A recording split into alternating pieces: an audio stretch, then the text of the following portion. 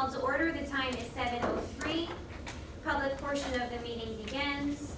The New Jersey Open Public Meeting Law was enacted to ensure the rights to the public to have advance notice of or to attend the meetings of public bodies at which any business affecting their interest is discussed or acted upon. In accordance with the provisions of this act, the Business Administrator Board Secretary has caused notice of this meeting to be published by having the date, time, and place thereof posted on the bulletin board of the municipal building, communicated to the Herald News, the Record, and filed with the clerk of the Borough of Hawthorne. Roll call, please. Mr. Carr? Here. Mr. Clavijo? Here. Ms. Ehrentraut? Dr. Morell? Here. Mr. Poulos? Here. Mr. Raisher? Here. Mr. Shortway? Here. Mr. Totaro? Here. Mrs. Huff? Here. Please join me for the flag salute. I pledge allegiance to the flag of the United States of America and to the republic for which it stands, one nation, under God, indivisible, with liberty and justice for all.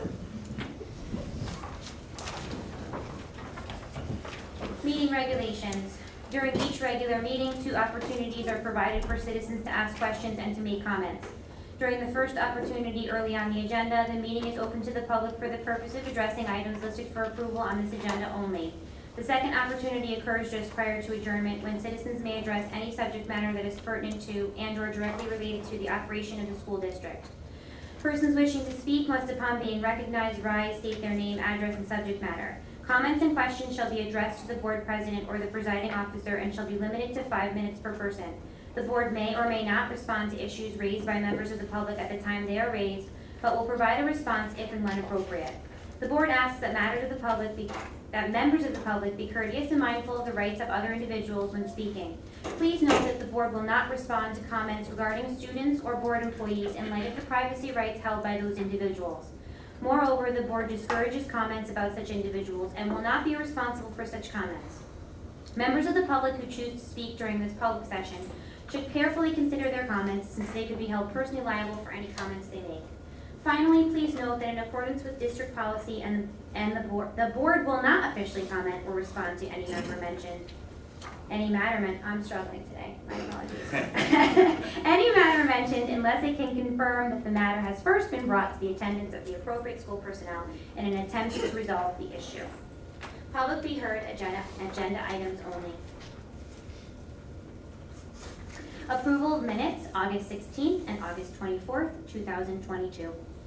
Motion. Second.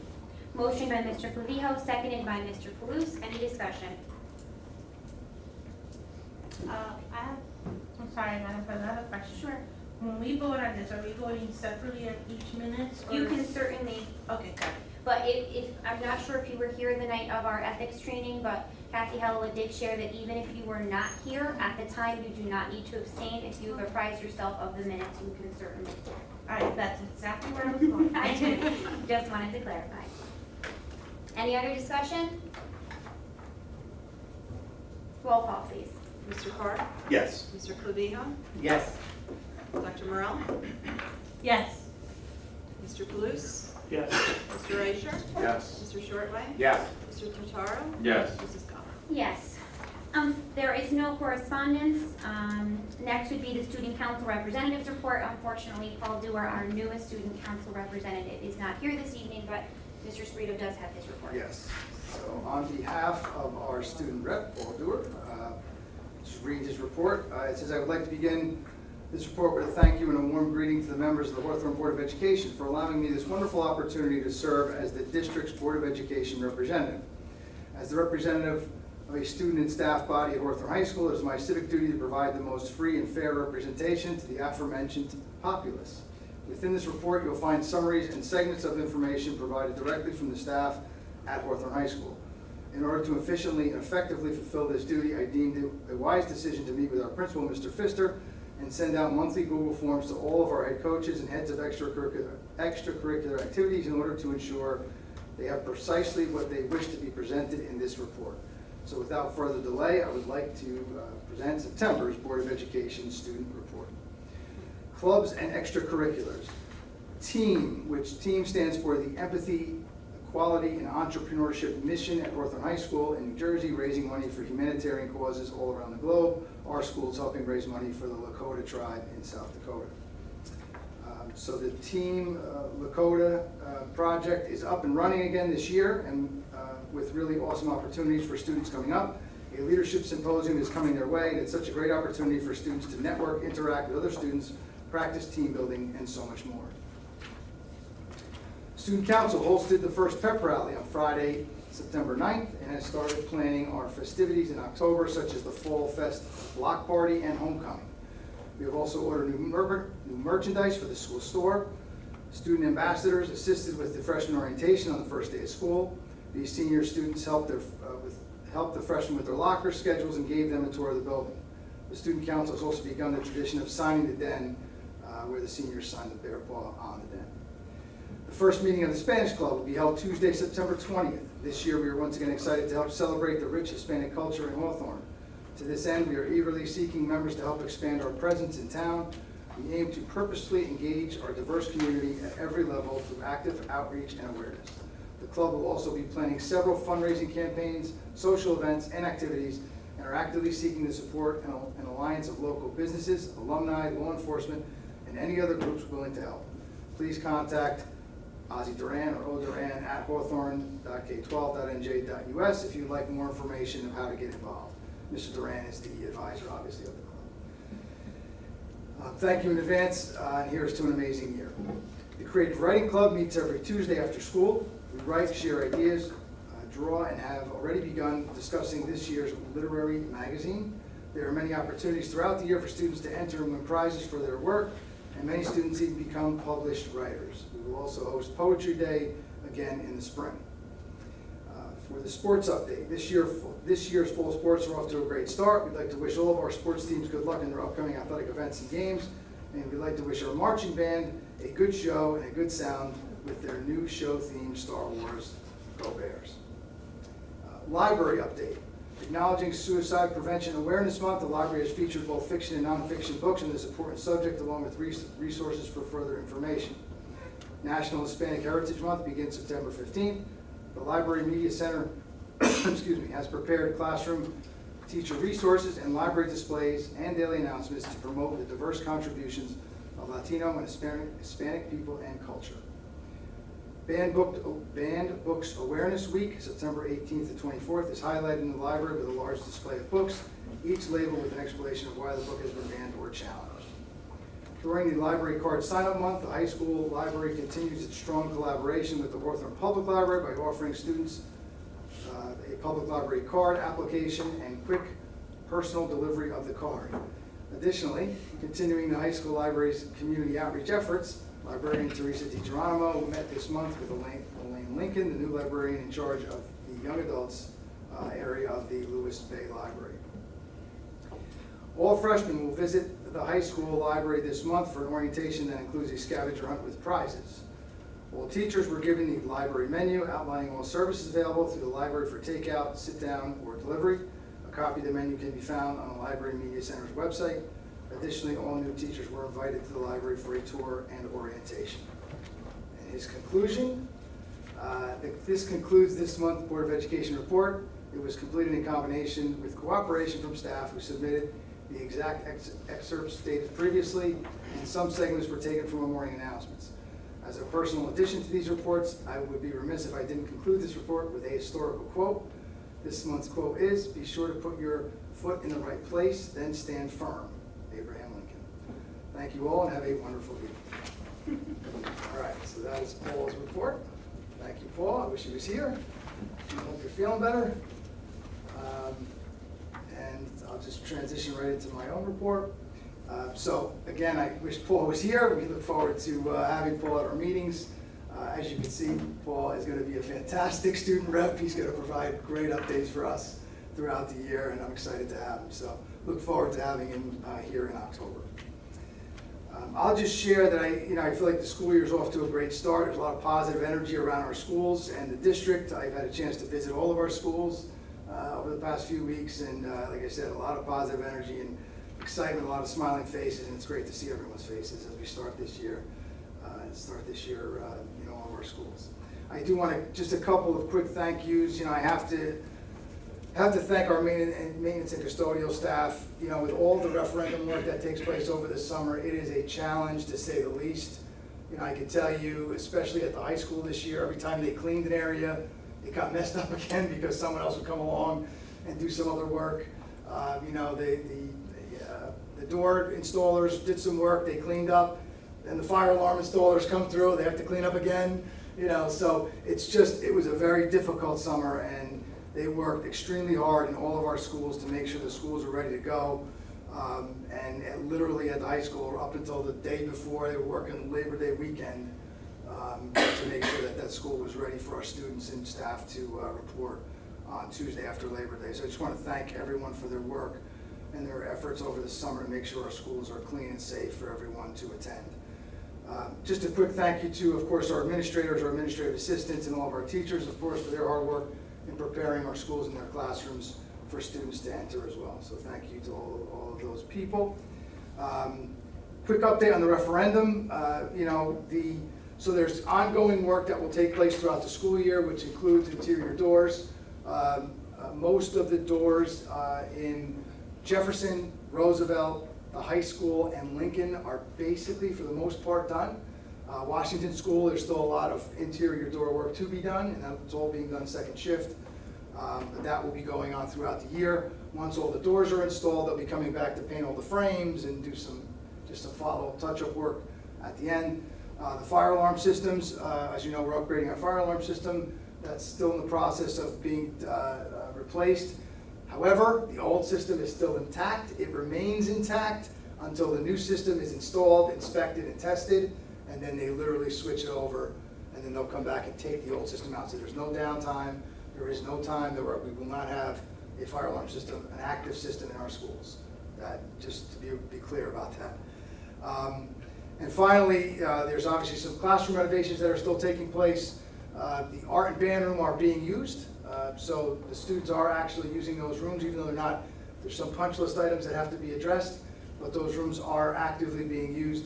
The science rooms, we're not ready yet, hoping in the next few weeks that they'll be ready and our students will be able to get into those two rooms as well. But so again, there's still some work, all the work. Again, we don't have people in the buildings during the day working. It's all second shift work, which means it's after our students leave for the day.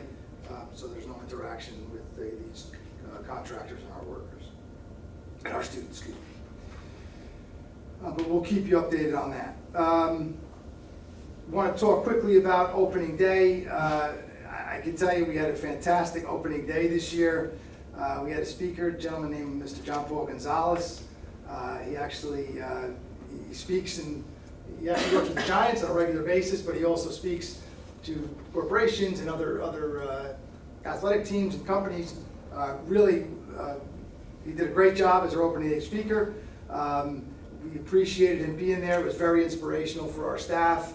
And I know all of you got a little chip that we shared with all of our faculty and staff in the district as well. And I just want to thank John Paul for being there on opening day. I thought it was a great way to start the year. Like I said, very inspirational for our staff. Also want to thank Dr. Shabona, who spent a lot of time organizing all of our PD sessions that took place on our 2 opening days. Something else that I just want to comment on about opening days. So one of the things that we do each year, and I felt it was appropriate to begin to start recognizing these people at our board meetings as well. So at the beginning of every year, as well as, this year we had John Paul Gonzalez address the staff, but I always speak to the staff as well and talk, thank a number of people and just congratulate some others. And there's a group that I just think need to be recognized and that I recognize every year when we have them.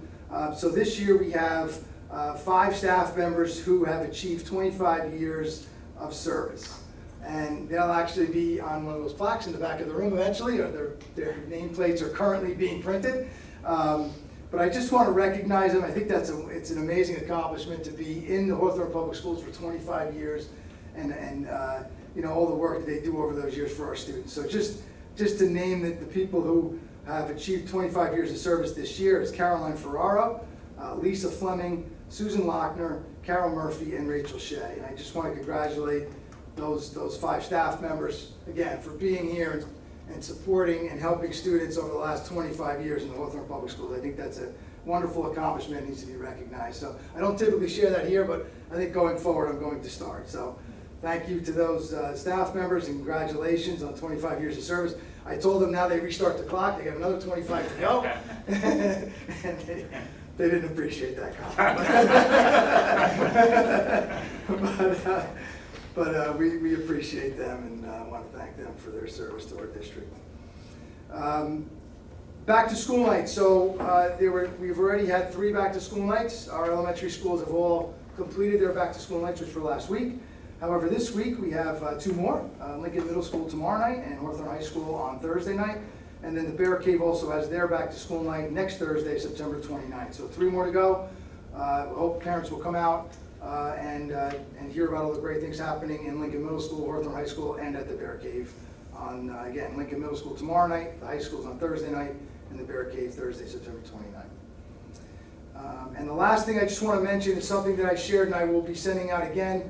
So the board and administration will be hosting strategic planning sessions to create a shared vision for the future of the Hawthorne Public School District. The meetings will take place on Tuesday, October 4th, Tuesday, October 11th, and Tuesday, November 1st. They will all be held in room 123 at Hawthorne High School. The first meeting on October 4th begins at 7 o'clock in room 123. So we hope that parents, community members, students, teachers, anyone who is interested, anybody who is part of our community is welcome to attend and contribute to these, again, creating this shared vision for the future of our school district. We hope you'll be able to join us. If you can't come to all 3, you're welcome to come to 1, 2, or all 3. But please, if you have an opportunity, we'd love to see you there. And I did share this out, it's on our website, but I'll be sending it out to all of our parents again this week, just as a reminder over the next couple of weeks. And also I want to just mention something we talked about as a board with translation services. So we were able to secure a company who can send a Spanish translator on that, on at least starting on October 4th, and obviously we'll plan for the other dates as well. So that is an agenda item on the agenda tonight, to approve that company to allow for that to take place on October 4th. All right, and that concludes my report. Thank you, Mr. Spredo. It's F9. I actually circled it to ask you about it. Yes, that's what it is. Thank you, Mr. Spredo. Curriculum and instruction, Mr. Reicher. Thank you, Madam President. Pursuant to the recommendation of the Superintendent of Schools, the Committee on Curriculum Instruction recommends the following resolutions: CI1 through CI2 on page 3, CI3 through CI14 on page 4, and CI15 through CI17 on page 5. On behalf of the committee, I so move. Second. Moved by Mr. Reicher, seconded by Mr. Carr. Any discussion?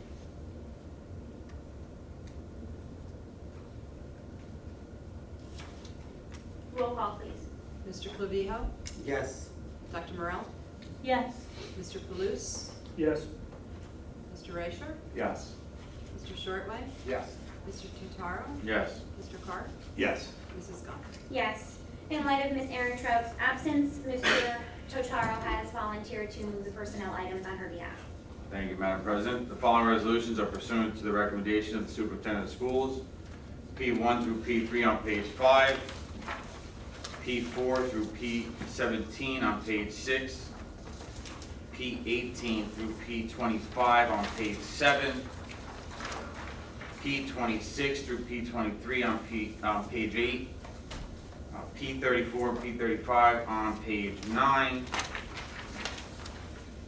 P36 through P38 on page 10, P39 through P43 on page 11, and P44 on page 12. On behalf of the committee, I so move. Second. Moved by Mr. Totaro, seconded by Mr. Shortway, who was just a wee bit louder than you, Mr. Clavijo. Any discussion? Yes. If Mr. Spirito, can you tell us where we stand with the vacancies with the paras? Did we make some improvement on that? Yes, thank you. I'm glad you brought that up. So as you can see on this agenda, we've hired 6 additional paras, 4 part-time paras and 2 contracted paras. So the part-timers are on pages 6 and 7. There were 4 there. And then if you go all the way to the end, P43 on page 11 and P44, those are contracted paras, people who left and we replaced them. So we've hired 6 additional paras, which is great. You know, and again, just to comment on that, and again, I'm glad you brought it up. Our goal is to hire all of our own people. That's the goal, right? We hired these companies as a stopgap measure just to make sure that we were in compliance and we had all the people that we needed to support our students as the year began. But obviously, as we hire more of our own, we can wean off of those companies. And listen, nothing would make me happier than to not use them at all and just have all our own people back. But the good news is, we got 6 new ones. I know Mrs. Pignatello said that she has a few others that she's waiting to interview, that hopefully next month we'll be able to add a few more. And again, the more we can hire ourselves, we can step away from these other companies, which is the goal. Thank you. Just to reiterate, Mr. Spirito, we have not outsourced our paras, right? We have not outsourced our paras. What we have done is we had openings that we weren't unable to fill with our own people. So we use this, again, just as a solution to make sure that we were in compliance and that students who had paras in their IEP had them in their classrooms for now. However, once we were able to fill these spots internally with our own people, then our goal is to step away from these companies and not use them. But it was meant solely to support or supplement the people that we currently had. No one was let go, no one was removed from a position. And again, in fact, we've hired 6 more, which is great. That's less we have to rely on these companies. Thank you. You're welcome. I promised Ms. Ehrentraut that I would say on her behalf. She was apologizing for not being in attendance, but she wanted to wish all the new hires, members of the Hawthorne Public Schools team, well, and as they begin their journey with us this school year. So, on behalf of Ms. Ehrentraut, You did good, Mr. Totaro. I promised her. She's probably watching. See it. Any other discussion? I would like to just reiterate and further clarify that there is no outsourcing attempts being made, that this is a unfortunate but common practice in the world of special ed. It is done with other members, occupational therapists, physical therapists, people that, there are just a greater need than they exist those positions. So there are companies that's what they do. They staff those specialized positions. Thankfully they exist because we're able to service our students, which is our #1 concern. They are more expensive to do through the company. So as Mr. Spirito said, that is not our ideal solution, but is our obligation to the students to fulfill their IEPs, but is not ideal. And we would love nothing more than to have our own people. And if I'm not mistaken, we got one back who left us. We did. Someone who left has now come back as a contracted para, so, which is great. Which is great news. Great news. So we're very happy to see that those people appearing on our agenda. Roll call, please. Dr. Morell? Yes. Mr. Palouse? Yes. Mr. Raisher? Yes. Mr. Shortway? Yes. Mr. Totaro? Yes. Mr. Carr? Abstain on P26, yes to all others. Mr. Clavijo? Yes. Mrs. Thomas? Yes. Mr. Clavijo, Finance and Administration. Thank you, Madam President. We have a donation. Unfortunately, our student rep is not here. We will certainly thank them in person at the next meeting. The acceptance of a donation of various school supplies valued at $1,024.94 from Paul Durr and his family for Hawthorne High School. Action items. Pursuant to the recommendation of the Superintendent of Schools, the Committee on Finance and Administration recommends the following resolutions. On page 12, F1 through F6. On page 13, F7 through F9. On behalf of the committee, I so move. Do louder. Moved by Mr. Clavijo, seconded by Mr. Palouse. Any discussion? I want to thank Mr. Spirito for listening to the members of the board and our suggestion for finding the translator. And we'll see, I guess we'll see if it's necessary, if any people come. Are we gonna have them at every meeting? Yeah, well, we'll have planned to have them at every meeting. I Okay. gave them the 3 dates already. Okay. Obviously, we want to make sure they're there for the first one, then we'll see if we need more, if we need more. Right now, I scheduled 1, but they can send more if we feel we need more at future sessions. Did we publicize that on the document? I don't think it was, actually, I can include it, I'm glad you said that. Okay. I don't think, I have the ad here. I don't think it was on the advertisement. Okay, but we can add it. okay. That's a good point. That way people know that they can come and that, we will have measures for them to be able to participate. Madam President, I was gonna touch on that, at the conclusion, but since you already brought it up, would it be possible, I mean, it's great that we do have them, so, I'm also excited to have that addition. Would it be possible for them to put a flyer together, right? Is it gonna be a Spanish translation that they're gonna provide? Or Yes. whatever languages that they're gonna be doing? Spanish translation. Would it be possible for them to provide a flyer so that we can advertise the event in Spanish? Well, Translating this, we did, when the message goes out, Okay, when this goes out, what we did is, I didn't just attach this as a PDF, we typed it in. okay, So when it's sent out to parents, if they select, like, for example, some parents get messages in Spanish Okay. through real time. Mhm. So they're getting it in Spanish, this document. okay. Also on our website, we didn't just attach it, we typed it in, so it can be translated on our website as well. Mhm. But, when parents get it in their emails, if they signed up for receiving it in Spanish, they'll get it in Spanish. The text and the email come in Spanish. Good to know. And since we do encourage, right, we actually want input, community input, would it make sense to put out a Nixle? Maybe we can tap into the Nixle and send it out to the community, right? Otherwise, you're just touching your, yeah, that's a good your point. school Yeah. community. We do want all stakeholders, Yeah, that's fine. non-parents. Next one will be a good idea because I know that my kids are no longer in the schools. No, I don't get any of that, so it would be helpful Okay. to get. And there's no newspaper. Right. Who does tap into? Tap into, we There can is. do the tap into also, I'll do Yeah. that too. Tap into, we'll do that as well. John will be happy, John Beverly, he's great, he'll be happy if I send this to him. Put something together. I also wanted to mention, and I keep meaning to do this and forgetting, if you notice F9, for those of you in the public, F9 has an asterisk next to it. That means that was an added item, so an amended item after the initial agenda came out. We've sort of redone that. We don't have an addendum anymore. We have them embedded in the actual, which I like way better, having them embedded in the actual document. Okay, roll call, please. Dr. Morell? Yes. Mr. Kalous? Yes. Mr. Raisher? Yes. Mr. Shortway? Yes. Mr. Totaro? Yes. Mr. Carr? Yes. Mr. Clavijo? Yes. Mrs. Goff? Yes. Dr. Morel, please. In accordance with NJAC 6A:23-2:11B, C3, and C4, I have reviewed the bill list. Everything is in order. So I move for the board to, I always forget what I gotta say. I move forward, CL1 on page 13, that the board approve the September 22 bill list.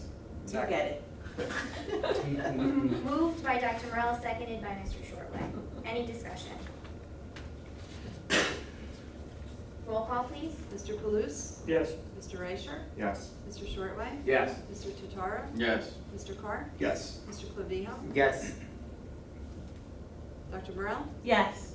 Mrs. Goff? Yes. Mr. Carr, Buildings and Grounds. Thank you, Madam President. Pursuant to the recommendation of the Superintendent of Schools, the Committee on Buildings and Grounds recommends the following resolutions. BG1 on page 13, continued on page 14, BG2 on 14, continued on to page 15.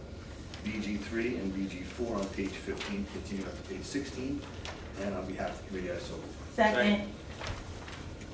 Moved by Mr. Carr, seconded by Dr. Morel. Any discussion?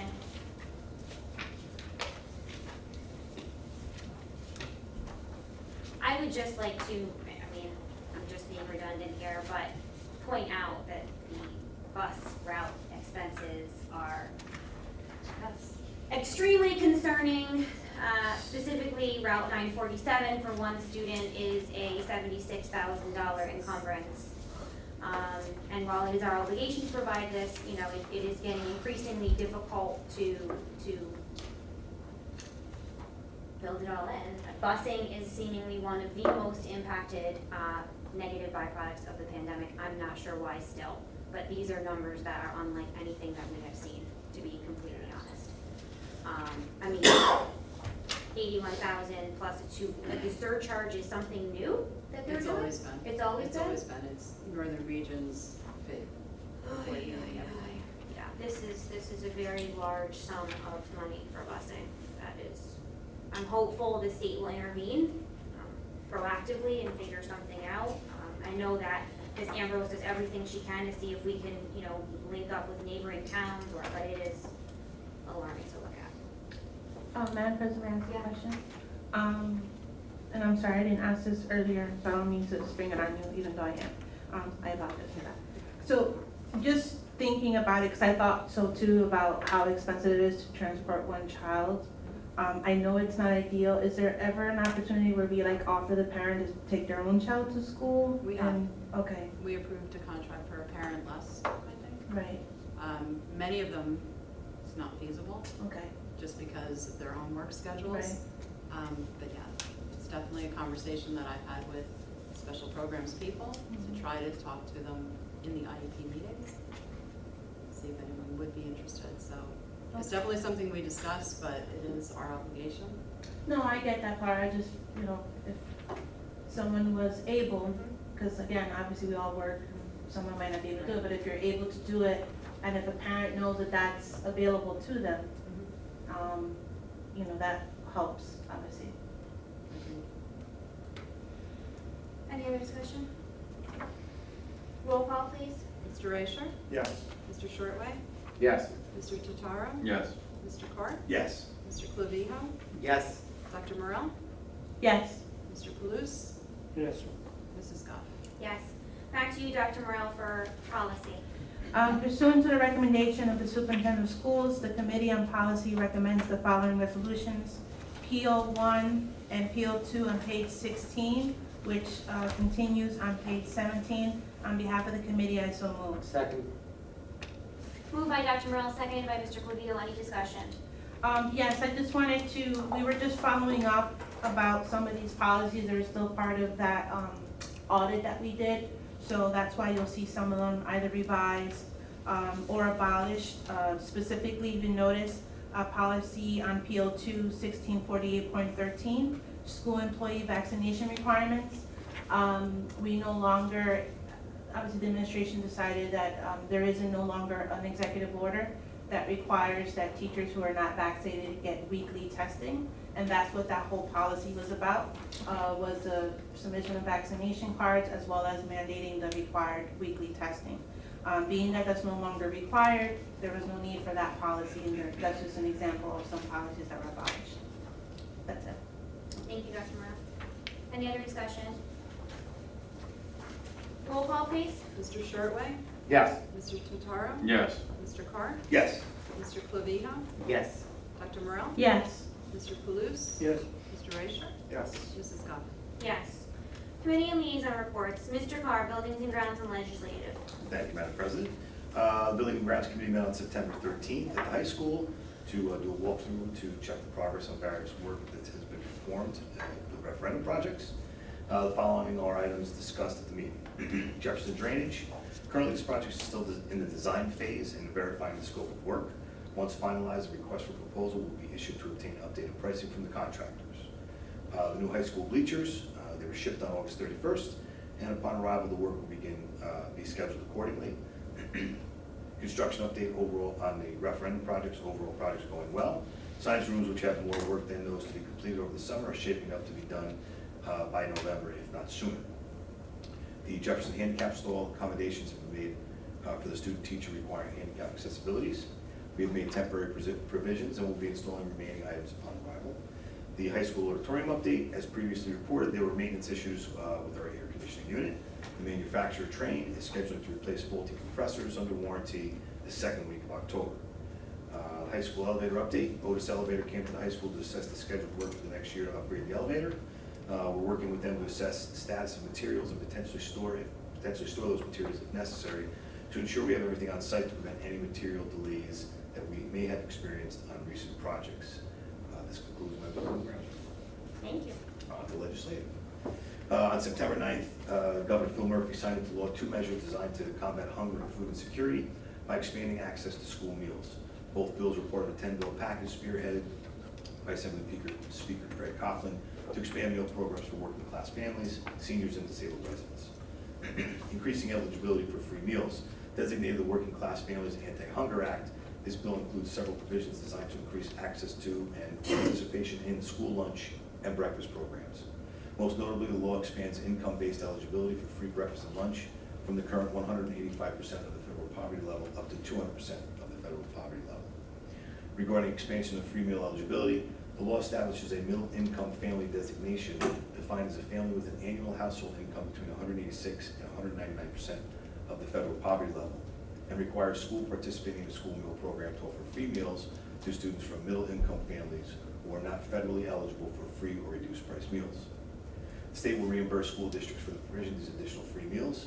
It is estimated that roughly 26,000 students will become newly eligible for free meals under this proposal at a cost of approximately $19 million statewide.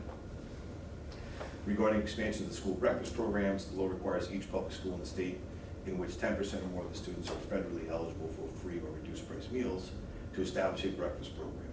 Prior to the bill signing, the threshold for requiring your school to establish a breakfast program was a 20% federally eligible student. These newly required school breakfast programs must be in place by September 1st, 2024 for schools having one or more of the grades PK through 6. A district with such a school must submit a plan to the NJDA for establishment of these new breakfast programs by November 1st, 2023. And by September 1st, 2025, for all those schools, the district must submit their breakfast plans by November 1st, 2024. The NJDA will provide model breakfast plans for impacted districts. Importantly, the law provides an exemption from its requirement to establish new school breakfast programs if the school or district can demonstrate that compliance will cause financial hardship. To qualify for this exemption, the school or district acting on behalf of the school must submit and be granted a waiver from the NJDA. The conditions under which the NJDA may grant a waiver include, but are not limited to, the lack of facilities or equipment or low program participation rates. The NJDA is authorized to request at most once every 2 years, updated financial and demographic information from a school or district that has been granted a waiver. If the NJDA determines based on review of the information received that the financial hardship has been eliminated, the NJDA must rescind the school's waiver. A school district that has its waiver rescinded may submit a new waiver application. Promoting school meal programs. This bill requires school food authorities to take certain steps to promote participation in their meal programs provided at public schools. Specifically, the law requires SFAs to develop and implement a public education campaign to educate parents and guardians about the various school meals programs that are available, including the availability of free and reduced price meals. Highlight and promote the importance of various meal programs, including breakfast, lunch, summer meals, breakfast after the bell, and emergency meals distribution programs. Emphasize the importance of providing nutritious meals, promote free and reduced price meal programs, and inform parents about the various ways a student may be determined eligible. Describe the application and determination process to certify students for free or reduced price meals. Describe the rights applicable to students and families in association with students' subsidized or unsubsidized receipt of school meals. Inform parents and guardians of any proposed or implemented expansion of existing school meal programs, including those regarding students eligible for free or reduced price meals. They also have to develop and provide to schools served by the School Food Authority for distribution to parents and guardians promotional materials for the state's school meal programs that include but need not be limited to pamphlets, webinars, and sample letters that schools may send to parents and guardians. The School Food Authority must utilize existing resources made available by the USDA and the NJDA in developing these materials. The above information must be provided by the School Food Authority in 2 languages. The 2 languages most spoken in the home of the students in the school it serves. The NJDOE will provide this language data to school food authorities and verify it at least every 5 years. And that concludes my report. Thank you, Mr. Carr. Mr. Clavijo, Finance and Administration. Thank you, Madam President. The committee met on September 13th. The bulk of the conversation revolved around forecasting, specifically the use of the ARP ESSER funds. ARP ESSER fund stands for Federal American Rescue Plan Elementary and Secondary School Emergency Relief. Basically, these are funds that we received as a result of COVID, federal money. There's currently no indication as to whether any additional funds are going to be provided. The ARP ESSER 2 award was for $2.98 million. District anticipates using $2 million of this money for staffing purposes. Some of the staffing needs that will be met through that includes multi-sensory reading instructors, BSI elementary teachers, middle school ELA, high school social studies teacher, elementary guidance, middle school guidance, 11 non-instructional aides, West Bergen PO, Fidelde, and the anticipated staffing agencies for paraprofessionals, which were discussed. The original application anticipated using $800,000 for some mechanical upgrades, including some rooftop HVAC exhaust fans. Some of these are over 60 years old and well past their life expectancy. In addition, in total, the architect has identified $2.5 million worth of potential projects. The consensus at this point was to be defensive-minded, just because not knowing what's coming down the pike. So those projects will be on hold. From a forecasting perspective, items to keep in mind include the increase in health benefit costs, set to be in the double digits for the coming year. Union negotiations, we're currently negotiating with the maintenance custodian and bus drivers union, and also with the HTA. That's going to be that contract will be expiring June of 2022. So just some things to keep in mind. Our business administrator at this point is trying to figure out how to blend some of these positions that are necessary for the district into the following budget. So, you know, as you can imagine, it's no easy feat. So, and that's it. That concludes my report. Thank you, Mr. Clavijo. Mr. Totaro, the Passaic County School Boards Association report. Yes, thank you, Madam President. The Passaic County School Board Association meeting was on Monday, September 12th. Attending from our district was Ms. Erin Trout and myself. The next meeting will be taking place on November 14th, 2022, and will be held both virtually and in person.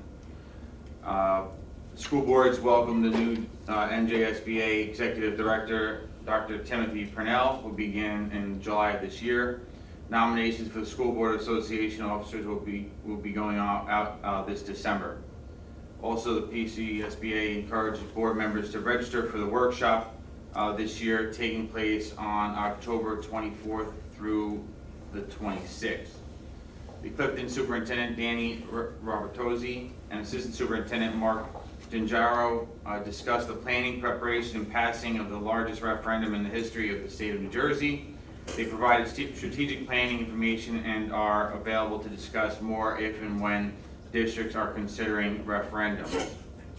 Jesse Young from the NJSBA legislative advocate discussed recently signed legislation bills on the governor's desk and noteworthy pending legislation, some of them which Mr. Carr spoke about, but a couple others I will point out.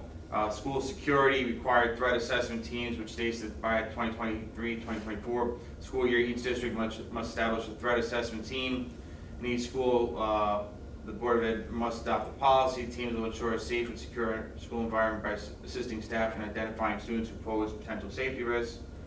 The NJDOE develop guidelines and train the school safety specialists who will train the safety team. Academics and school climate. The NJGPA field test. Students in the class of 2023 are waived from the state's graduation assessment requirements. The NJGPA that they took in March 2022 will be considered a field test, and they are not required to pass any of the alternate assessments, SAT Act, or complete portfolio appeals. Regarding transportation, $45 million 3-year grant program in NJDP to help determine the reliability and cost effectiveness of replacing diesel-powered school buses with electric school buses. Temporary extension of school bus life service, which extends for 2022-2023 school year. Only the service life of the school buses by 1 year. Owners must request extensions, and a bus may only receive a 1 extension under this law. Again, Mr. Carr spoke about the food insecurity, which is the Working Class Families Anti-Hunger Act, which is a 10-bill package. And then, in addition, the bills on the governor's desk is the elimination of performance-based assessment certification requirement, which is a CEAS standard certification, would no longer be required to complete a commissioner-approved performance-based assessment, currently known as the EDTPA. Noteworthy pending legislation, school security, critical incident mapping data would amend the existing law that requires school districts to share blueprints and maps with local law enforcement to instead require sharing of floor plans, aerial images, building access points, and other relevant local information. And police at schooling places amends existing law limiting police presence at polling places to provide that at the request of a public school, a police officer may be assigned to the school polling place to maintain order and provide security while the election is being conducted. In addition, there was discussions regarding staffing shortage bills, some of which conversations were brought up tonight, such as the type S school bus drivers no longer require CDLs, alternative teaching certificates, grow your own loan redemption program, educator scholarship programs, and hire teachers pending certification. And then in addition regarding academics, high school graduation assessment requirements, and the Transparency and Comprehensive Health and PE Education Curriculum Act, which requires BOEs to offer an annual opportunity for the public to comment on the CHPA curriculum.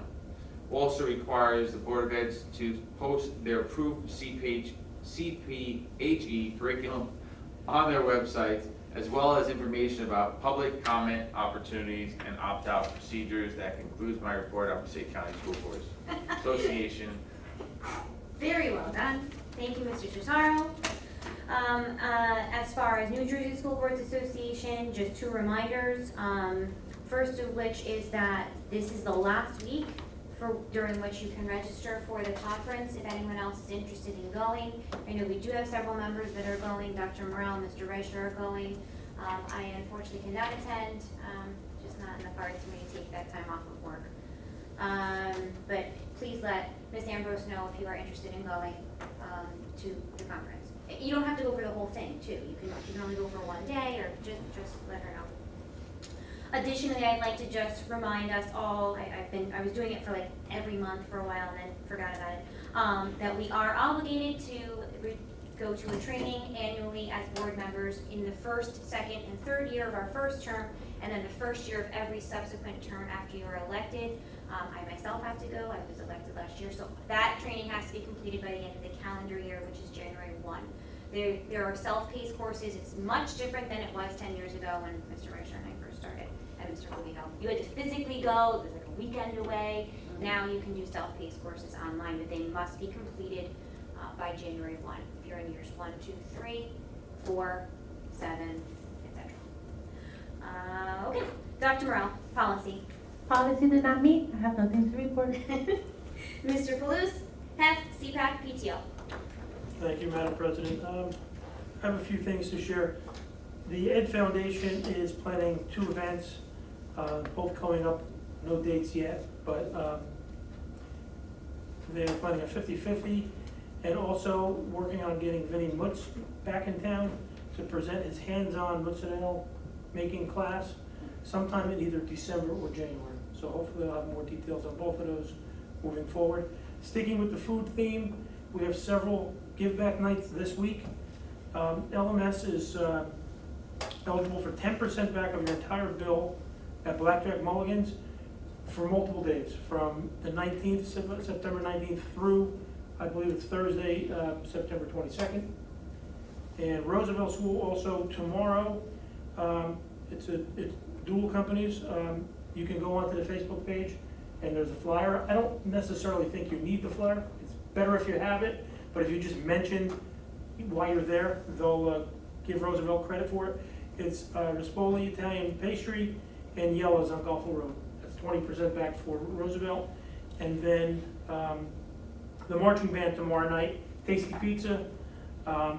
So again, this week you could skip cooking a few nights and benefit some of our schools. And then outside of our district, I just want to mention a flyer that I did see on somebody's Facebook page, story time at the library. You can go to lewisbaysecondlibrary.org and register.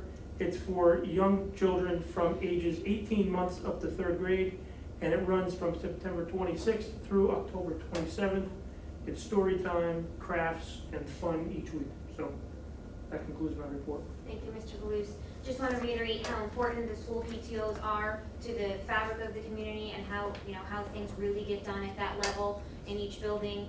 If anybody doesn't know how to join their respective PTOs, each of the schools have their own PTO tab on the Hawthorne BOE website, and there are membership forms on each. I actually just brought up to Lincoln that theirs was from 2 years ago, but you can just print it, cross out the year, and send in your new application to join the PTO to be a member. That is like a mini fundraiser for them. The $10 goes to publishing of a directory, but it's digital, but that is, that counts towards that.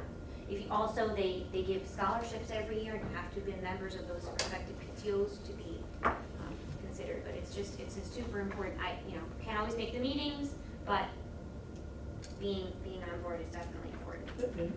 And, on the district webpage, to the right, I believe, was under communities, you'll find CPAC and HEF as well. Yes. And I need to try to send you a link for CPAC so we can get them linked up there. Okay, I think it's an old link. okay. Yeah. Yeah, if you get us that link, and we'll be happy to. They did a new Google Drive or something, so I was able to view it. Yeah, just I'll send give you me that one. link, and we'll be happy to get it. We'll get it up ASAP. Okay, great, thank you. Thank you, Mr. Cruz. C&I did not meet this month, Mr. Raisher, but is there anything you wanted to say? No report, we Didn't didn't. want to take that from you. So my thought. I'm sorry. Council Liaison, You're Mr. Totaro. Yes. Do you have any Madam breath President? left? Yep. As per my review of the council meeting from September 7th, the following was shared by Mayor Lane as administrative report relative to the Hawthorne School District. On September 19th, the borough raised the flag in honor of Hispanic Heritage Month, which is observed from September 15th to October 15th. There will be a celebration held on October 8th at the Borough Band Show. Please be sure to come down and attend. Also a reminder, this coming Saturday, September 24th, is Hawthorne Day. Be sure to come out and see the Board of Education, who will be present and selling merchandise from the high school and the Bear Cave. The mayor also reminded everyone about the school being in session and to be observant of children walking to school and be vigilant to watch crossing guards at intersections in order to ensure the safety of our children. And lastly, the mayor turned over the meeting to Chief Nepper, who spoke on additional training being provided to our officers and supervisors. One item that was important, which I thought was worth mentioning, was due to new regulations, the Hawthorne Police Department is using some of the additional training to connect with the youth in our district, specifically in the age group found at LMS. Due to these new regulations, there are restrictions on how officers engage with children, and this will help educate them on new ways to engage them, which they feel is a byproduct of the post-pandemic environment. Other than that, this concludes my report as it pertains to the school district. Thank you. Thank you, Mr. Totaro. Mr. President, I got a quick correction on my report, if you don't mind. Actually, I had some dates wrong. It relates to the negotiating units, the HTA, they're not up to 2024. The one that's up next year is the administrative assistant unit, that's 2023. Thank you, Mr. Woody. Thank you. Public be heard. At this time, members of the public may ask questions or make comments on educational issues or school matters. Please remember to rise, state your name, and keep your comments to 5 minutes in length. Hi, Eric Mulkey Fulton, 36 Lafayette. I don't really have any questions, just a couple comments. So I'm sad to see some resignations. Strangely, all basic skills special education teachers that I know from my kids that are leaving us, but I'm happy to see the 6 paraprofessionals that are being added to. Do you have someone, I might have missed it, filling in for Miss Zach, for her, yes, So, yes. she's not here yet. So Mrs. Zach she's still with us for another few weeks. Okay. But Miss Banker Ross will be transitioning from the middle school. Oh, I misunderstood. To the high school? I saw So LMS. she's gonna be Okay. transitioning to that role. So and she'll then take we'll- all of her cases? Correct. Okay. And then we'll That's my just. son. Mine too. Counselor. I'm like, oh So no, she'll not be in that, senior year. yeah, she'll be starting, they've been transitioning already. They've been Already, working yeah. They've been talking. Okay. Matter of fact, she's going up there tomorrow, in fact. So they've already spent a few Great. days together, so it Okay, should be a seamless transition. We did fully interview for the position, and Ms. Bangeros was the 100%. We candidate. did. okay. But She was a PE teacher, health teacher in LMS, right? yes, and she's working as a guidance counselor. Just started this year at Lincoln as a guidance counselor. For Oh, us. okay. So she was working in that role at I Lincoln. didn't realize that. Yeah, so she'll be transitioning to the high school. Okay. That's, that's probably, I would say sometime in early October. It will be the form. We're just waiting for the new person who's replacing her Right, to yeah. be approved. all Yeah, the- there's exactly, domino effect. I want to say congratulations to the teachers who moved up. Step, scale, education, more education and more.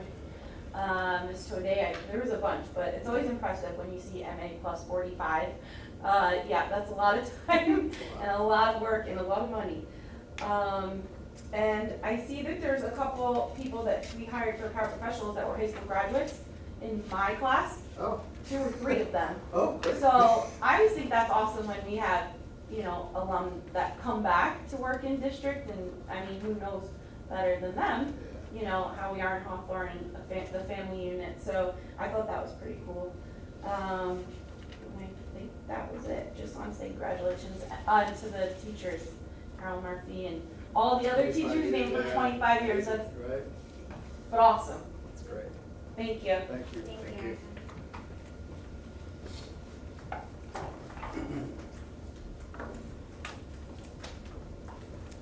Good evening, my name is Noel Ramirez, 91 Ruth Avenue, Hawthorne, New Jersey. You just My- write that down. Just, is there a paper there? Yes, Yes. I forgot my address. I'll do it after.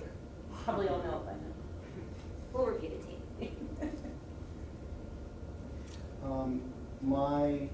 Thank you for allowing me to speak. I'm just here really to, I'm the Hawthorne Hispanic Community Heritage, Hawthorne Hispanic Heritage Community Chairman, and I just want to publicly thank you, especially to some of your board members for being part of trying to make this day special for us in the Hawthorne community.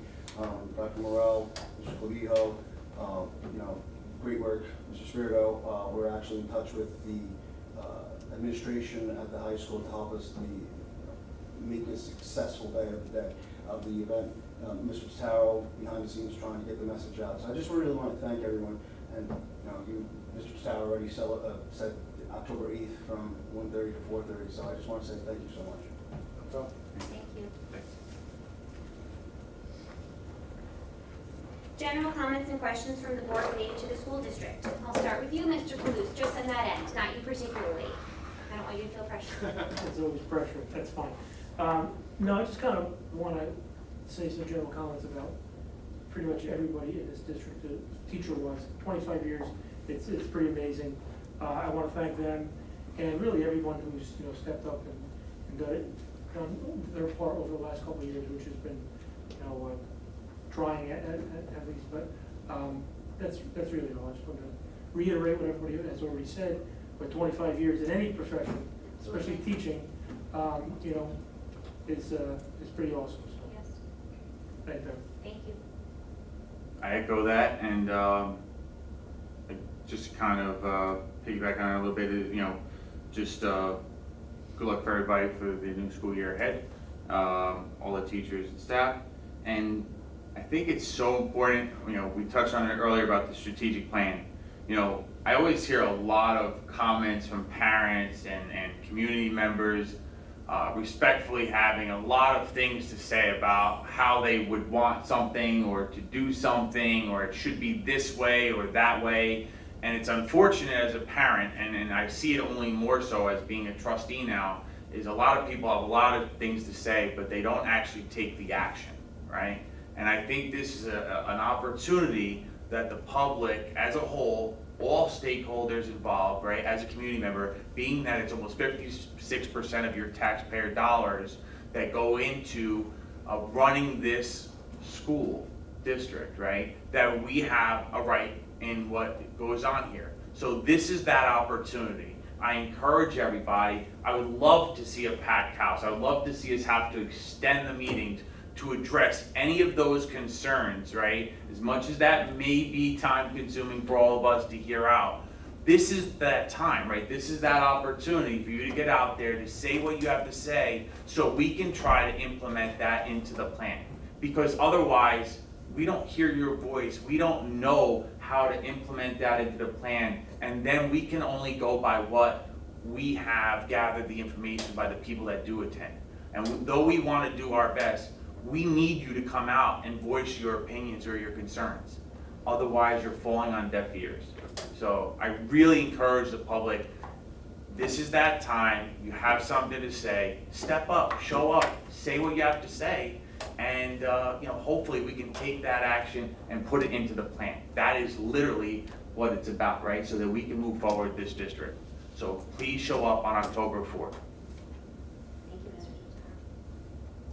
Mr. I had the opportunity to sit in on the that first day with the teachers at that convention, and not being an educator, not being in a school, it's great to see the energy that goes about. It's almost like the kids' first day back, and there's an excitement, there's an energy, and there's a buzz, and it's contagious. So and just the presentation that took part, that even that was the icing on the cake at that point.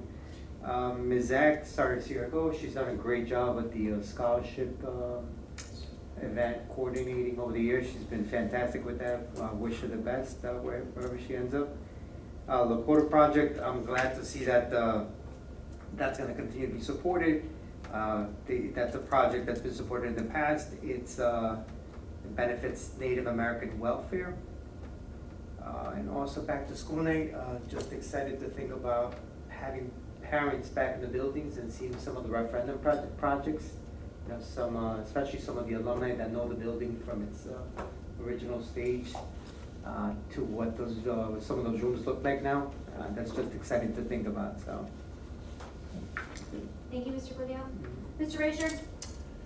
I can just add to what Mr. Taro was saying, that the last time we did the strategic plan, a lot of the ideas in the strategic plan came directly from people who came out. We had a really good turnout last time that we did it, so October 4th to make your voice heard, and anybody in those meetings can voice their opinion, even break out into different groups. A lot of the ideas came from people in the community and parents as well. That's it. Mr. Shoreway? Yeah, just congratulations to those teachers that have 25+ years. And I know Paul Dorr was so looking forward to being here tonight, and I hope he feels a lot better. Mr. Carr? I'm good, thank you. Dr. Morale, I'm sorry. Ditto to everybody.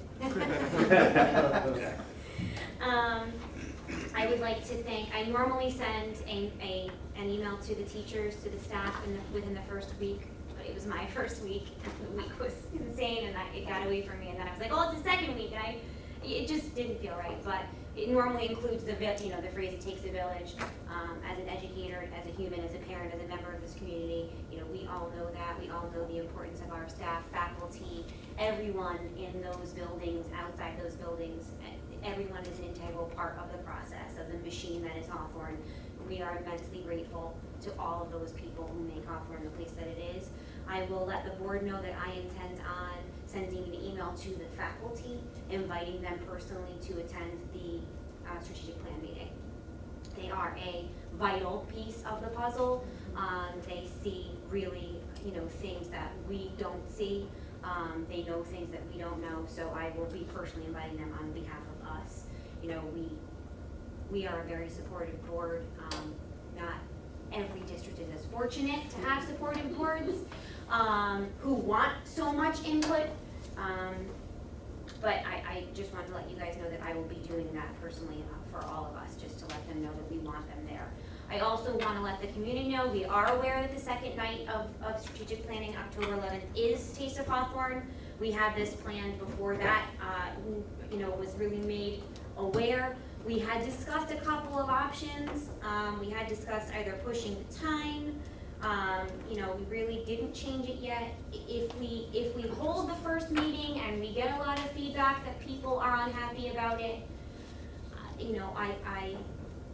I'm willing to entertain the discussion. I mean, I'm not sure if other people feel that we should discuss it now, or we should wait and see if it's going to be that big of an encumbrance. I think the Taste of Hawthorne Hawthorne starts at the same time? 7? Is it 7? I'm not sure. Well, you have the ability to, you don't, I mean, you can attend all 3, but course. if that really was a conflict, you can always attend the 1st and Absolutely. the 3rd, so that still is available. Absolutely. There is no mandated attendance at each of, you're not, your We could momentum also won't be push the time lost. a little bit if people want to try to do both. We We could could- start at 6 versus 7. I mean, but we have the flexibility to do that if we We could have them both simultaneously, right? Teacher strategic. That would really be a nice audience. Listen, you I got a like lot of your people. That's a Have a problem strategic solver. plan there. That's a problem solver. I was kind of disappointed, because I have actually never attended one, and I was ironically planning on attending this year. Yeah, save your calories, it's awesome. Okay. Are we thinking these will be about an hour length? If I remember from the last time we did this, they were an hour to an hour and a half, I believe, were the sessions, because the first session was a little longer because I did it, State of the District first, and then we went into the breakout groups, and then we came back. The other ones were about an hour, so, if we wanted to run, we could just tell everyone on that first meeting that it's gonna be at 6 on the Yeah. 11th, we can advertise it, and I'm certainly comfortable, Kathy Hello, our representative who's running these meetings, Yeah. did have flexibility in the timing. yes. We didn't Agreed. even set a hard time with her when we met with her over the summer. So if that's what the board feels is best, I don't want to put the community in any sort of a position where they have to choose between one or the other. I started dieting in anticipation, so I really was hoping. Mr. Sprito, if you're comfortable with making that change, has this flyer gone out yet? This Well, you has- posted it. I sent it all, but we can update it and just, Okay. when we resend it, I'll just put times, that this one's at 7, this one's at 6. Okay, and we can make that announcement the first meeting? Yeah, Next time I'll it'll be put it 6 on the PM? flyer going forward, the times for each meeting. Okay, This way it's clear ahead of time. awesome. No problem. Okay, I just wanted to bring that up because I had noticed and spoke to Mr. Sprito, Dr. Morel noticed and spoke to Mr. Sprito. So, I do not want any obstacles at all. Also, we had discussed having those meetings coincide with tours of the facility, of the high school. I know that we plan on having some of the meetings, the breakout groups, in those higher Yes. snazzy, the rooms that we have really sunk some time into.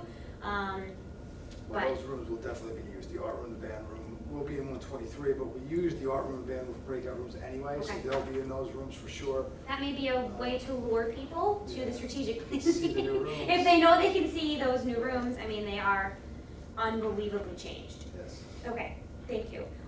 New and or old business, we're only gonna do it once, we'll start at this end. Okay, so I actually have a couple of new business items. Okay. So the first one is Ray Pinney, I hope I pronounced his name correctly. He is the Director of County Activities and Member Engagement with the New Jersey School Board Association. He had reached out to me about a vacancy on the School Board Association's Legislative Committee for District 38. He asked if I would be interested in serving on the committee. I said, sure. So we had our first meeting Saturday, September 17th.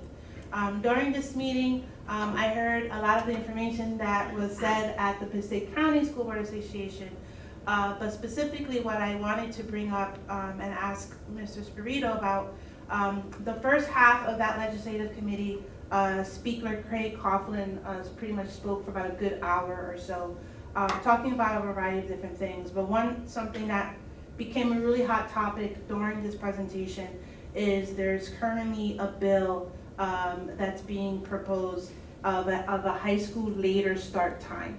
And meaning the way that the bill is written is essentially it's requiring every district that receives state funding, high school has to start at 8:30 a.m. It's still a bill in process, but the way that he was speaking, and I wasn't alone in my interpretation, because the moment he left the Zoom meeting, we all said, did it sound like he made it appear like that bill was going to pass? That was the sense we received. Again, we're talking about a hypothetical bill, but as you can imagine, our conversation was, while we all agree that there is clearly research that benefits that teenagers can benefit from a later state time, it was the practicality of implementing such an item and all the other domino effects that it affects, as well as, which is really what became the hot topic, was the financial costs to starting later. So I don't think, now, in fairness to Speaker Coughlin, he did state that they're going to be he was gonna have public sessions to get feedback about it. I think a couple of us scoffed at the idea when in his mind, the way he presented it, was that there really was no cost, and it was just a matter of changing times. And as soon as he left, we were like, absolutely not. Now, we're not a busing district, but one district that really was Tom's River, who's a huge district. They're like, we're even going crazy now for transportation. I can't even begin the domino effect. So I really wanted to ask you, and I know it's kind of a hypothetical, but what actually impact would that have on us, if any, financially, perhaps, if we are required to open at later? Now, we're not a district that starts at 7:30, because that was part of the issue, that there are some high school districts that start 7:30 in the morning. Which is early. We start around 8:05. So for us, it's probably another 20-25 minutes. But yeah, I just wanted to ask you that question. Can you talk a little bit? I know it's difficult, it's a hypothetical. Yeah, I mean, the busing issue is an issue for everyone, and we, to your point, we don't bus a lot of high school students especially. It's mostly our special ed students at the high school.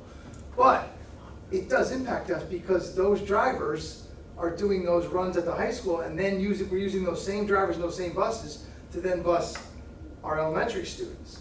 So there is an impact to us because our drivers are doing multiple routes in the morning, right? They're dropping off at the middle school and the high school for 8 o'clock, and then they're going and picking up those elementary students and dropping them off. You know, in some cases, there's a multiple route situation.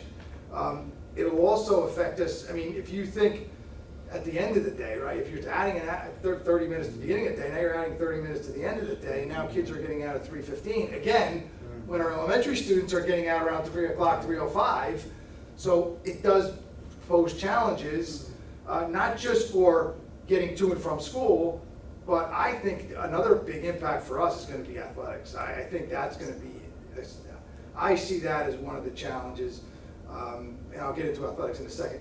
The other thing is, you know, our start times, again, outside of busing, our elementary start time, kids are going in at 8:40 at the elementary school, and if they're having to get into the high school at 8:30. I mean, one of the nice things right now is you can have an elementary and a middle school, high school student and staggered, right? If they're all going in at the same time, that's a challenge for parents too. But I see this as an issue with our athletics because if we have kids not getting out till 3:15, there's no way they're getting to a field and starting a game at 4 o'clock. And especially in the fall, as it gets darker sooner, right? If school, not every field, I mean, we have one field that has lights, but our park, when we play down at Diamond Bridge or Ray Ave, those fields don't have lights. That poses challenges. I mean, if you're not starting a game until 4:15 or 4:30, you're really limiting the time available to you, so I think there's multiple issues. I don't know, to be honest, we'd have to really look at our busing to determine the financial impact of it, we'd have to really look at. Do we share by any chance middle school and high school staff? We do, we have a few. Because that might also impact. That could impact music staff is shared. Because usually their schedule is the same to allow them to go back. Yeah, we don't have a ton, we do have a few though. I'm just thinking music, we have that teacher that shared for music. Not a ton of those. Sorry, it would only be for high school, not middle school? No. That doesn't make sense, right? I mean, you push the high school back and then your middle schoolers, your sixth graders are going. Yeah, it was definitely, it was a long conversation around that on a variety of different things. First, it was a concern that if this bill was passed, that by default it becomes an unfunded mandate in terms of the busing issue. But then it's a contractual issue, especially if you have schools. Then it wasn't considered the regional school districts who have to manage high schools again, regional high schools, manage different students and with the busing. Then it was the concern about, so you mentioned about athletics with the fields. They have high schools that they don't have lights on their fields. So does that mean, do they have games? And there was just, I think the frustration was, it almost presented itself as, what's the big deal? You're just starting at 8:30, not realizing the domino trickle effect from it. So I wanted to kind of really share that because, again, I think he felt some pushback from everyone there about the way he was presenting it as, and I think all of us agree that the students benefit. I know during the pandemic, my children benefit when the later start times, and I found them more interactive and engaged, however different 8.5. But I just wanted to ask that, so. Yeah, the busing for those busing districts, that's gonna be a significant challenge. Yeah, so I just wanted to make my fellow board members aware about that from this meeting, because I think that's something, if there is a public session hearing, or for us as a board to express some of our concerns and how that would be, especially if it is an unfunded mandate.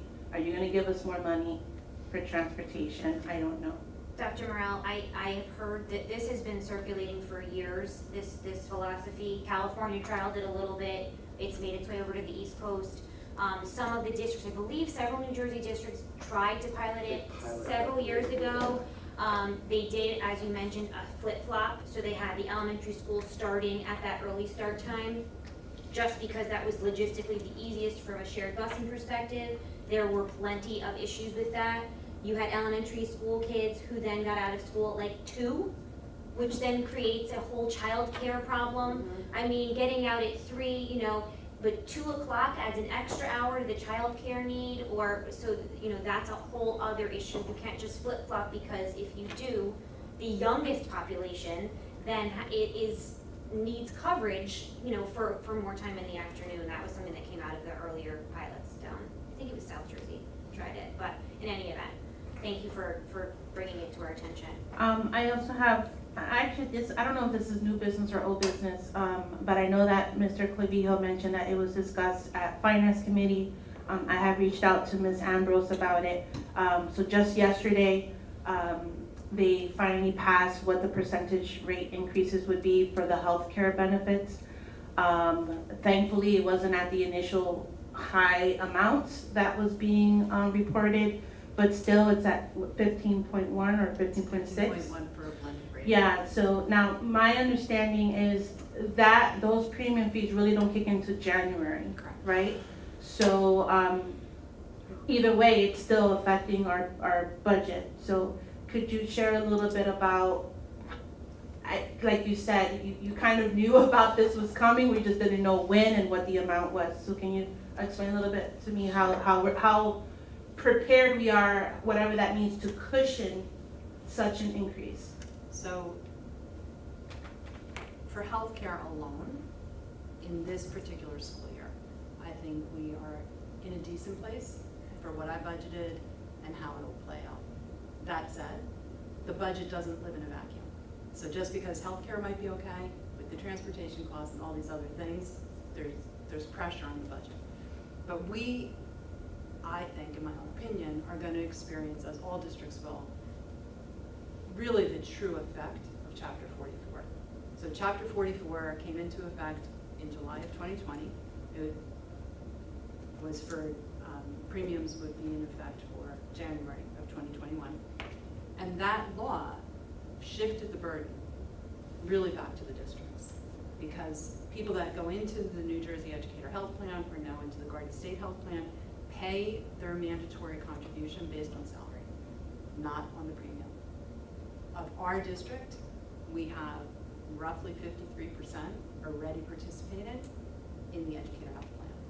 When people get word that rates are going to go up 15.1%, I think during open enrollment we will see people shifting to those plans away from the Direct 15, which puts all the burden back to the district, because we're going to absorb that extra cost, and the contribution that used to be offsetting at least a portion is no longer going to be doing that, because it's going to stay just. So I looked back in the 2019-20 school year, what we collected for EBC, for the employee benefit contribution, and it was just about $1.3 million.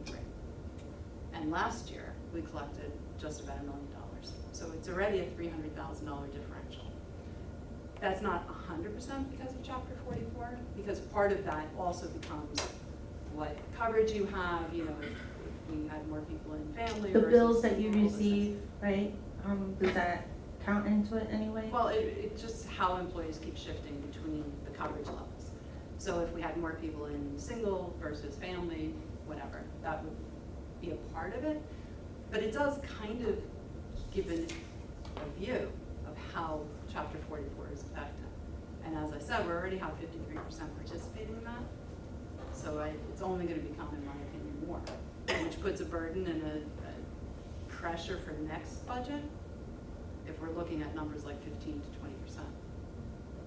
You know, the tax levy goes up 2%. That's the cap on the tax levy.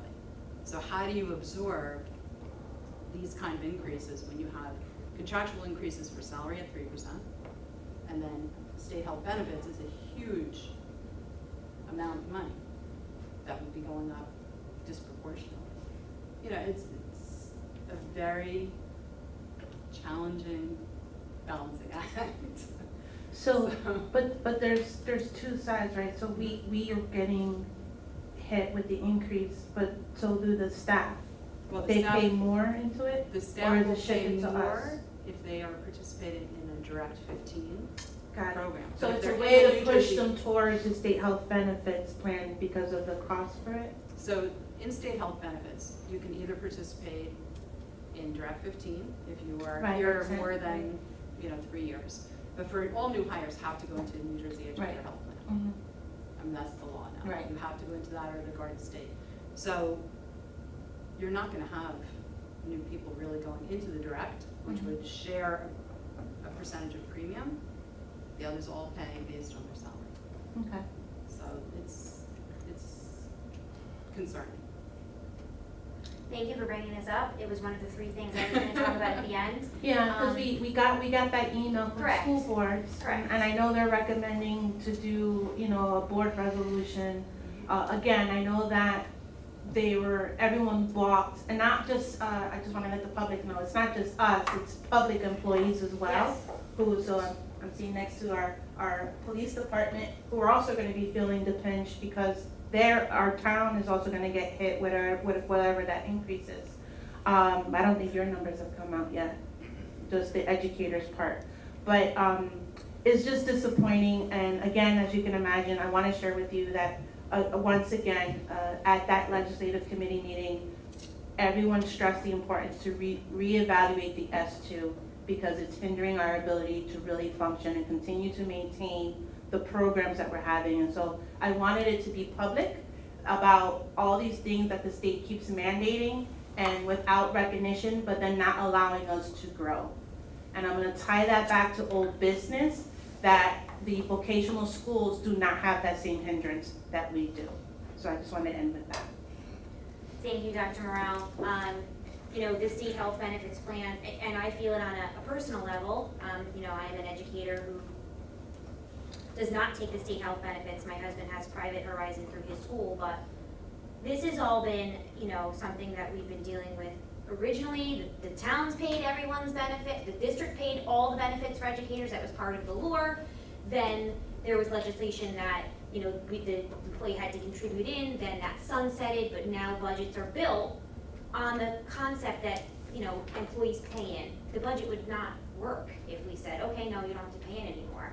This state health educator plan was really touted as being a savings for both the employee and the employer.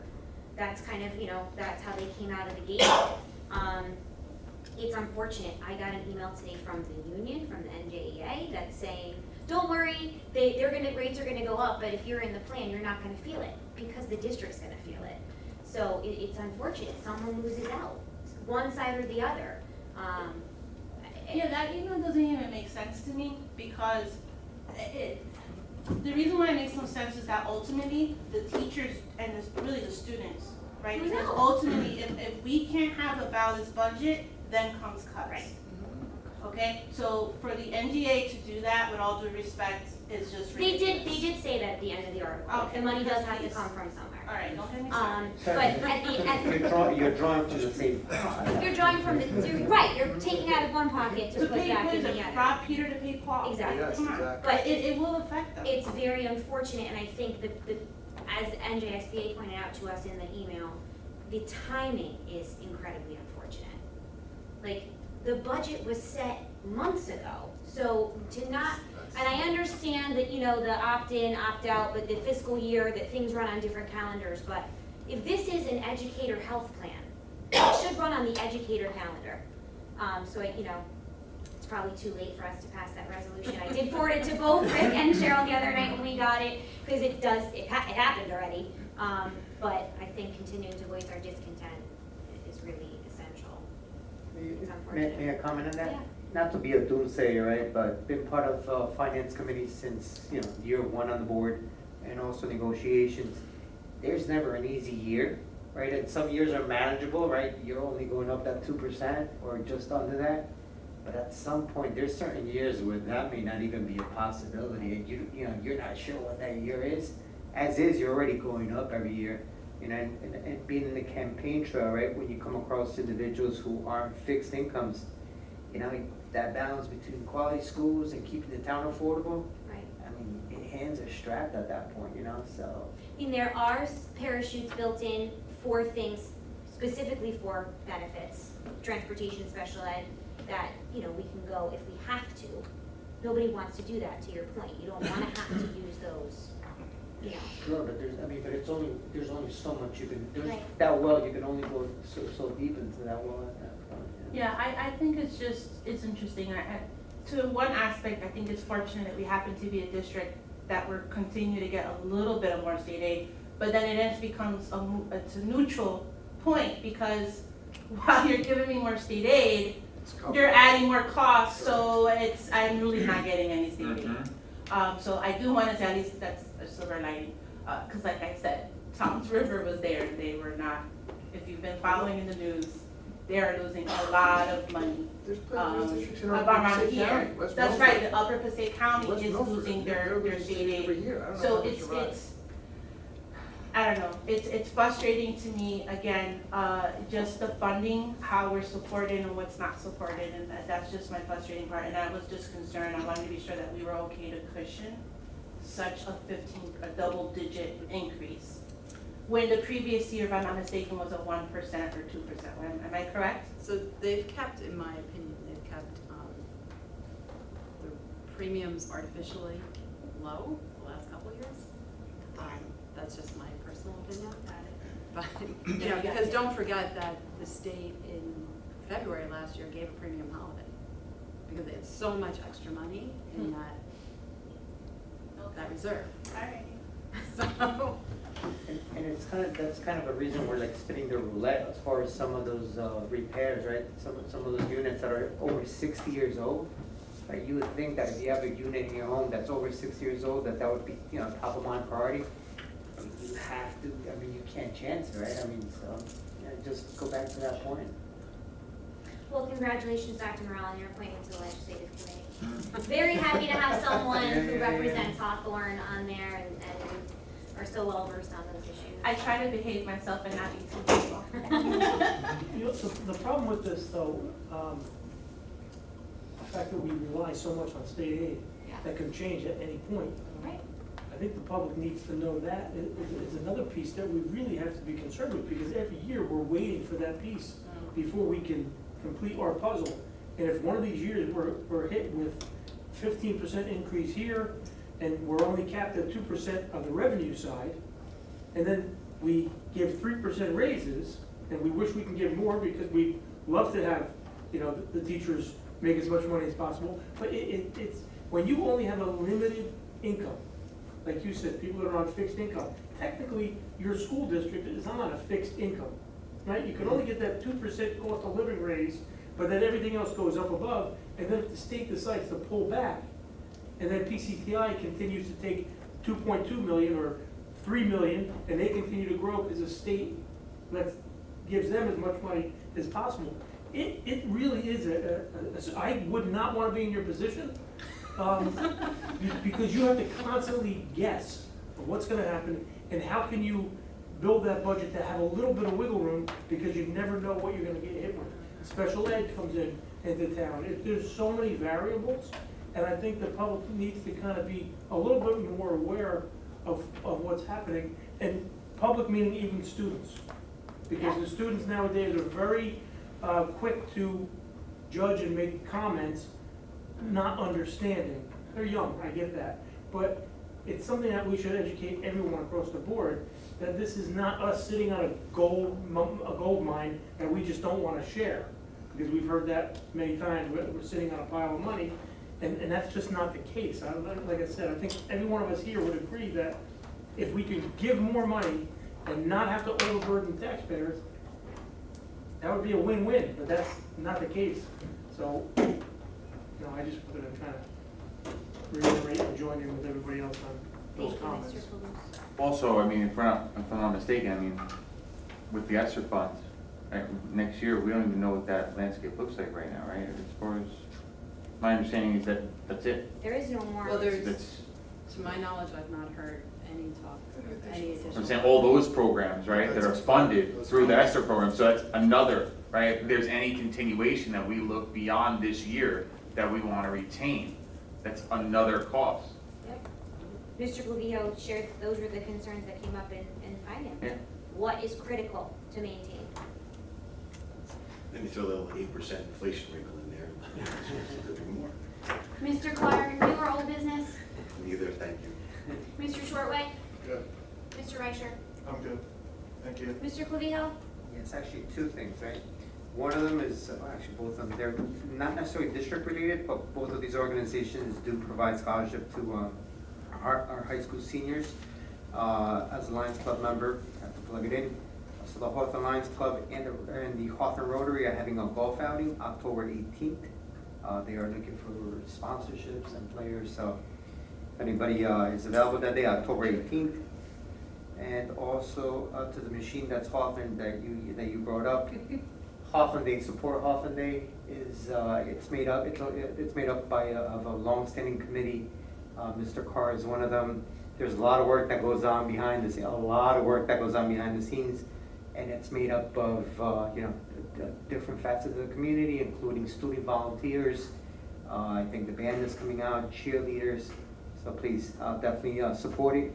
It's one of the best town days around, right? I mean, I've been driving around just to get ideas and compare, and we're still second to none at that point, so go ahead and support it and give a thank you to all those behind the scenes that make it happen. Thank you, Mr. Clavijo. Mr. Totaro? Nothing else, thank you. Mr. Toulouse? I'm good, thank you. Okay. I would like to wrap up just with two, quick pieces of information. The state health benefits was what I had on here because I got fired up today when I got that email.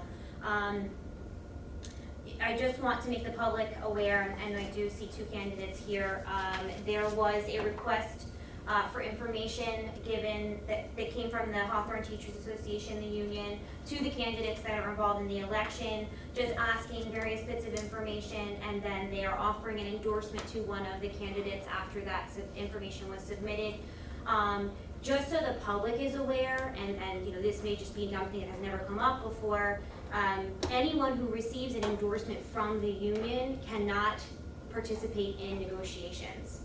So that is a big piece of what the board does. They negotiate on behalf of the board, and several members are conflicted due to their own personal jobs or relationships to other members in the union. So to have another conflicted member, could be problematic for the board itself. I just wanted you all to know that would preclude you. There is case law out there. We have reached out to our rep. It could be the entire term. We're knowing it's at least a year.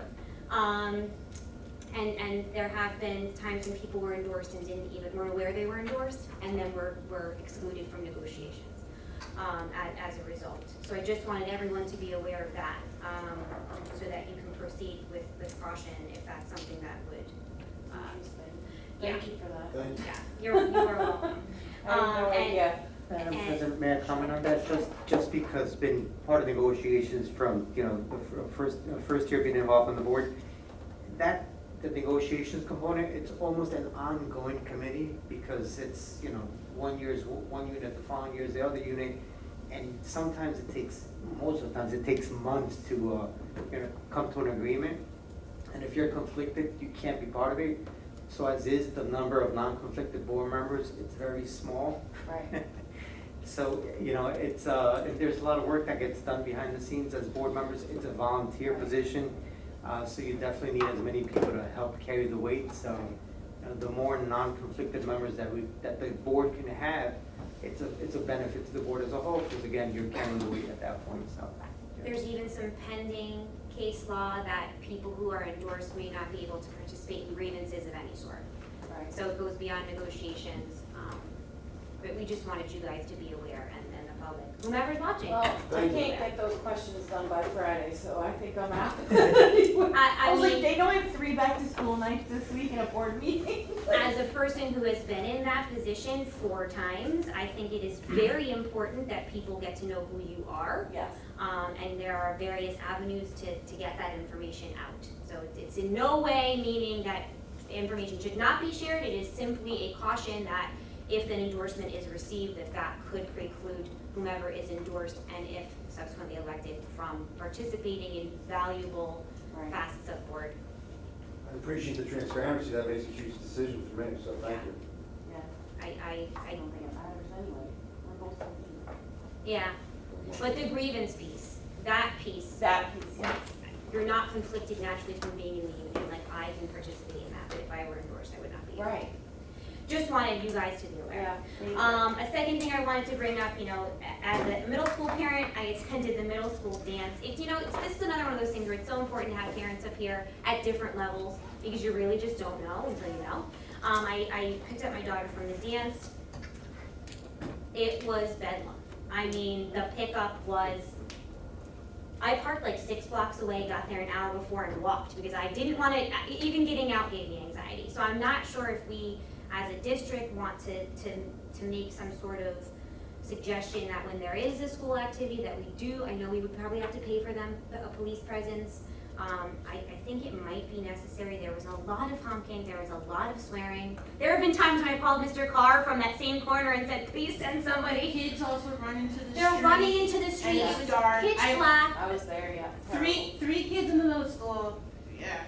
I know what those I mean, parties I are literally am like, Emma, are you sure you want to go? Just because I don't want to pick her up. Like, it gives me, I dragged my husband this time, but I feel like I would be remiss as a board member if I didn't advocate on behalf of all of the parents and all of the children to say that we probably should make it some sort of a standard if you have an event like that, especially on that residential street where it's already difficult to get through, that we just make sure that police are present. And obviously if that comes at a cost, then the board would. And it's such a great event that you definitely want to. Such a great event. But it's always been, that's always been a challenge. Oh, Yeah, because that it was crazy always when they did the party. Yeah, it's a Yeah. challenge. I mean, there's And no- it's so dark too, that's the other part. Yeah. Like, I don't even know where my So child dark. is, like, where are you? Like, So dark. But it started on that street, I yes. just wanted to bring it up while it was in the forefront of my mind, and I don't know if it requires something on our end, like Yeah, we a have to, policy or we like have a. to just request it. Okay. Please. That's really the only dance situation I know about that happens that requires that kind of, but, oof, I'm still like not over it. Again, I want to thank everybody, for everything that they do. Board members specifically, we don't get paid to be here. We take a lot of heat. We field a lot of questions, comments, concerns. As Mr. Totaro said, there are productive avenues to bring about change, and there are unproductive avenues to bring about change, and we, unfortunately, get a lot of the unproductive side of it. So I thank all my fellow board members. And again, want to invite everyone to come down to the Hawthorne BOE table. For my fellow board members, there is a table. Anyone who would like to come help. Setup starts at 10. I'm not sure if we plan on being there at 10. 11? Okay, setup starts at 11-ish. It runs from 12 to I think approximately 6. We never stay that long, but anybody, please come down even if you can just hang out for a little bit. And then I said I'll help out. It's such like that. I met more community members on that day, which is why I try and get there every single time. We sold out too. We We sell out of we- our Hawthorne Spirit Wear. Yeah, we promote the Bear Cave. Like people are like, "Where is this from?" And we're like, "Our students make." It's just. Are we having a TV this time? Are we doing anything with the TV? No. Sorry to put you on the spot. It was the computer. and Oh, it was the screen. But it didn't work because it kept falling asleep. Like you had Oh. it. We had referendums. Actually, I would like stuff more room last for time. more merchandise. That would be. Okay, yeah. right? It's just a great We way to have high engage the school public. spirit wear and Bear Cave spirit wear. both. I'm excited. So we'll have plenty of things to say. Barricade food. What's neat about the barricade is that you got some alumni. right? Yes. They come back around and there's a pride. They're excited. Yeah, they're like, hey, I was I part of need that at that. some point. Yeah. It's just a really wonderful day and, we get to interact with the public. Yeah, so just encourage everyone to come out. Are we doing a private session, Mr. Springer? No. There is no private session, so let me skip all the way to the end. Motion to adjourn. Motion. Second. Motion by Mr. Carr, second by Mr. Totaro. Any discussion? Roll call. Mr. Clavijo? Yes. Dr. Morel? Yes. Mr. Kalous? Yes. Mr. Raisher? Yes. Mr. Shortway? Yes. Mr. Totaro? Yes. Mr. Carr? Yes. Mrs. Powell? Yes. Have a good night, everybody. Thank you.